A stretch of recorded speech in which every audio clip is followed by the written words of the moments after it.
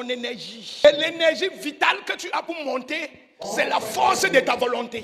C'est la volonté perd l'énergie qui pousse ta volonté. Tu ne peux rien faire. Tu vas devenir comme toutes les personnes qui disent que quand je serai grand, je serai milliardaire. Je vais aller en Europe. Mais entre-temps, il ne part pas à l'école. Voilà le premier danger du sexe pour quelqu'un qui veut prospérer. Nous ne fuyons pas le sexe pas parce que le sexe n'est pas agréable. Nous fuyons le sexe parce que nous connaissons le danger. Nous connaissons le danger. Une fois que tu pars dans le sexe, tu n'auras plus la force de faire ce que tu veux faire. Tu n'auras plus l'énergie d'accomplir ce que tu veux accomplir. L'autorité, l'aura qui te poussait va tomber. Et nous voyons des gens rester sur place pendant 10 ans. Et il accuse les sorciers au village. Non. Regarde ta vie sexuelle. Et c'est là plusieurs chrétiens sont devenus pauvres. Plusieurs chrétiens sont devenus stagnants. Plusieurs chrétiens sont devenus faibles. Nous voyons un chrétien.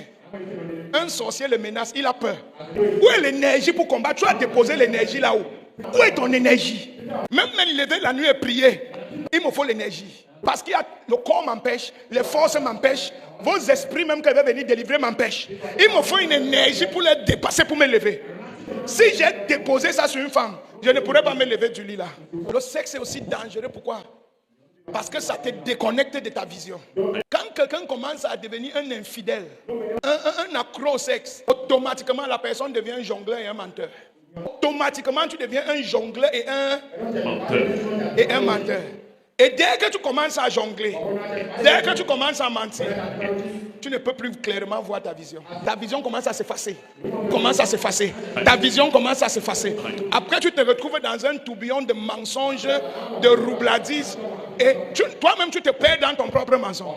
Le sexe efface la vision. Et rappelez-vous, je vous ai dit, Dieu ne bénit pas l'homme. Dieu pourvoit pour la vision de l'homme. C'est pour ça que quand tu viens autour de moi, tu whines. Waouh, elle est belle. Après, elle fait tofia.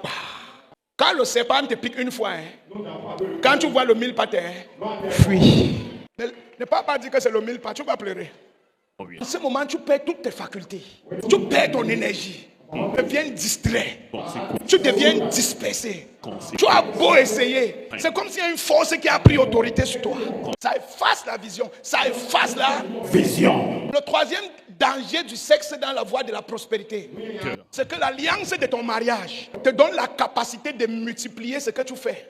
Quand on bénit quelqu'un dans l'union du mariage, lui et sa femme sont en accord. Ce que l'homme ne pouvait pas faire, ce que la femme ne pouvait pas faire.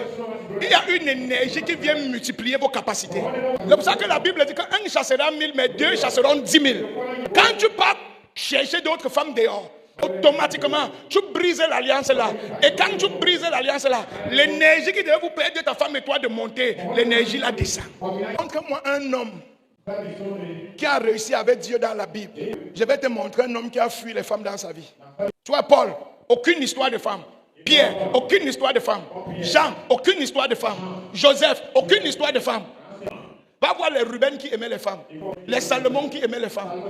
Ils ont tous avorté leur destinée. Qu'est-ce qu'ils font que les présidents africains, ils viennent au pouvoir avec de grandes ambitions. Et 5 ans après, ils oublient. Parce que quand ils arrivent, ils ont tellement de pouvoir. Ils commencent à coucher avec les femmes des ministres, coucher avec les femmes des directeurs, coucher avec les filles. Ils oublient leur vision. C'est le jour qu'ils descendent, qui fait hey! Toute l'énergie qu'il est venu au pouvoir avec là, il a déposé ça dans les fesses de famille, s'assit sur le trône sans rien. Quand tu vois un président qui fait 10 ans au pouvoir et travaille pendant les 10 ans et reste concentré, seul un leader peut comprendre quel est ce genre de personne. S'il est encore concentré après 10 ans, après 15 ans, sache que c'est un homme discipliné. Le sexe est dangereux. Plusieurs hommes sont devenus pauvres à cause de ça. Plusieurs destinées ont disparu à cause de cela. Plusieurs grands hommes sont finis à cause de cela. Je m'en fous de ce qui s'est passé dans ta vie hier. À partir d'aujourd'hui, ça ne va plus se répéter. Ça ne va plus se répéter. Ça ne va plus se répéter.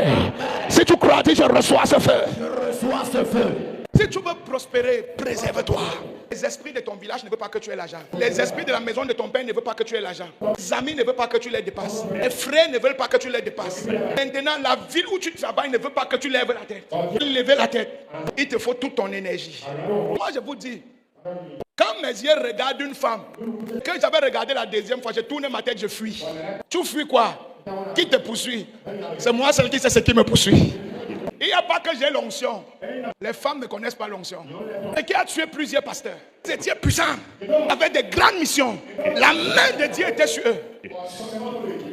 Ils sont allés jeter ça chez les femmes. Et après, ils commencent à insulter tout le monde à l'église. Ils maudissent tout le monde à l'église. Ils détruisent. Qui t'a gâté, pasteur? Qui t'a gâté? Qui t'a maudit? C'est le sexe. Tu vois tous les pères là qui ont réussi. Ils ont toujours les vieilles femmes à côté d'eux. Elle est là. Tu choisis entre le succès et le plaisir. Tu choisis entre le succès et le plaisir. Tu ne peux pas avoir les deux. Juge 14, verset 1. Vous qui partez chercher les femmes dehors là, il n'y a pas les femmes à l'église. Attends, tu es auto. On t'a déjà formé. Elle est auto. On l'a déjà formée. On l'a nettoyée. On t'a nettoyé. Vous êtes checké. Tu la laisses. Et tu vas chercher une femme quelque part que tu ne connais pas. Tu ne sais pas ce qu'elle est. Tu ne sais pas comment elle est. Et après tu dis que ma femme, si je ne comprends pas, tu vas comprendre.